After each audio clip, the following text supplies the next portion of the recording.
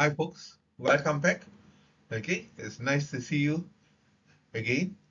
So today, as part of our continuation of Module 2, we're going to look into Section 2B, looking at the MISC strategy.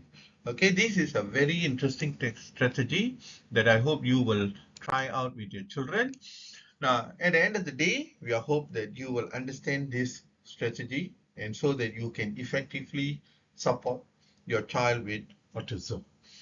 So how does it go? Okay, so as I mentioned, this is a very activity based. It is not just like sitting and doing something, but um, it has about 4 stages. Okay, so each stage is very important for you to understand and then for you to map it out before you execute, because this is a very conscious effort is required. So let's go into each component. So the first component is the way you give instructions to your child. Okay, you must understand that whether your child is verbal, okay, or he is non-verbal. I think what is very important is for you to give instructions that are clear, simple, clear, and so that he is able to comprehend, he or she is able to comprehend what you are trying to tell. Very important. Please do not tell your child, throw me the ball. No, no, no, no.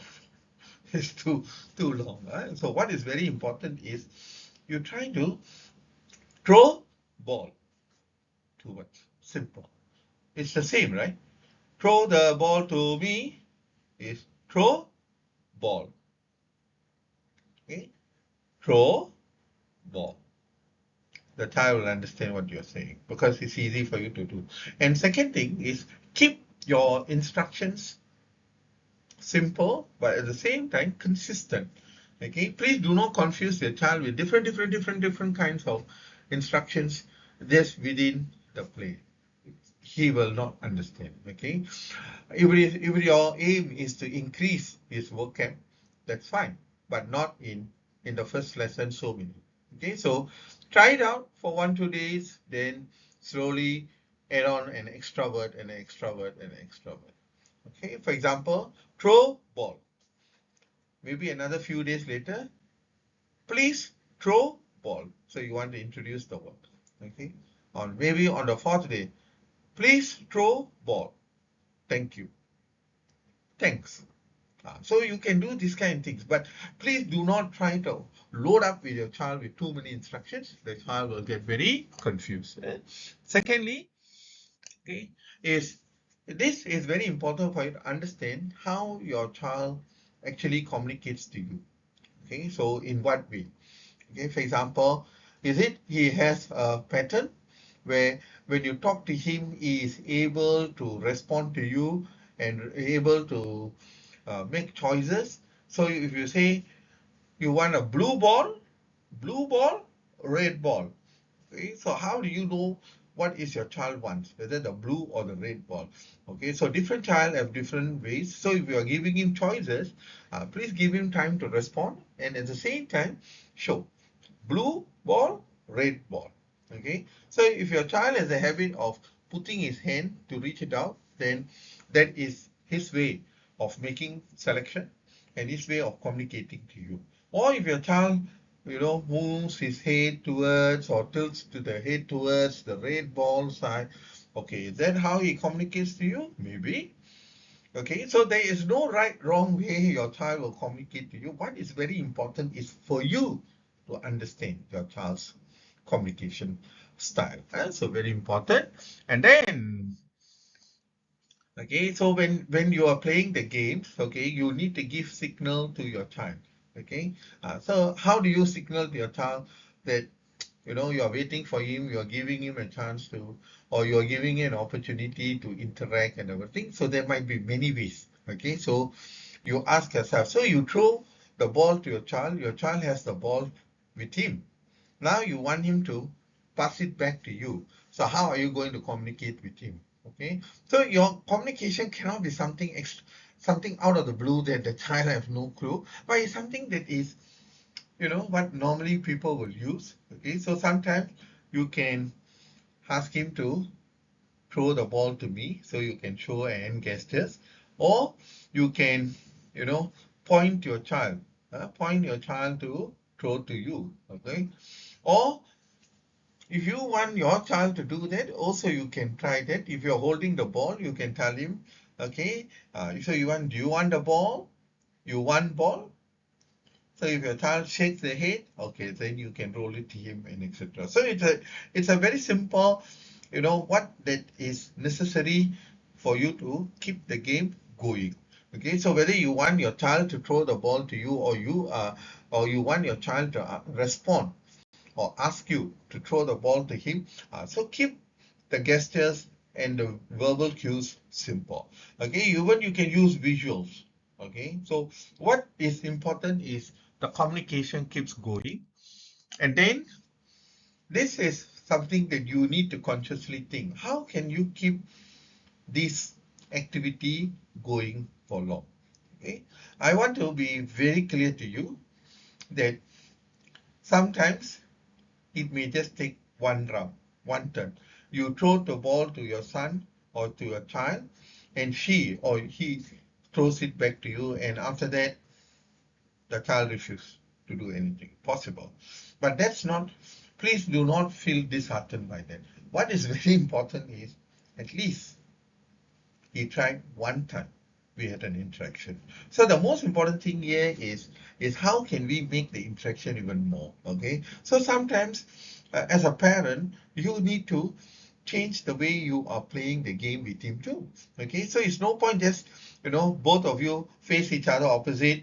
Okay. The child throw the ball to you, and then you take the ball and you just throw to him, and then you expect the child to throw and you throw. It looks very, like, it's very monotonous. There's nothing fun. Okay, so sometimes as a father or as a parent, you can make it a bit more interesting. So when the child is throwing the ball to you, instead of you using both your hands, maybe you use your legs to grab it.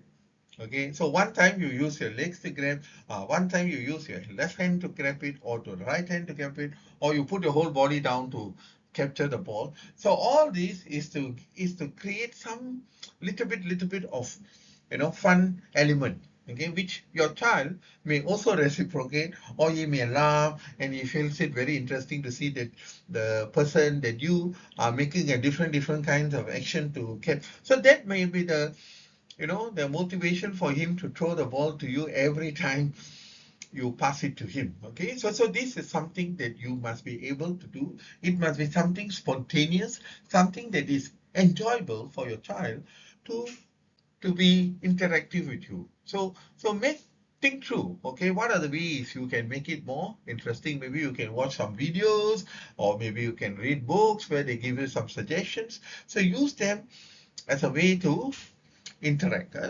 Okay, so please remember this. Okay, there is an identical. Keep the instructions short, simple, standard. Give choices. Okay, signal how are you going to use, and try to maintain. So come up with strategies. So that is why I've added this form to you. Okay, so you will find that, oh my God, you mean I need to write down all these things? Yes, you have to.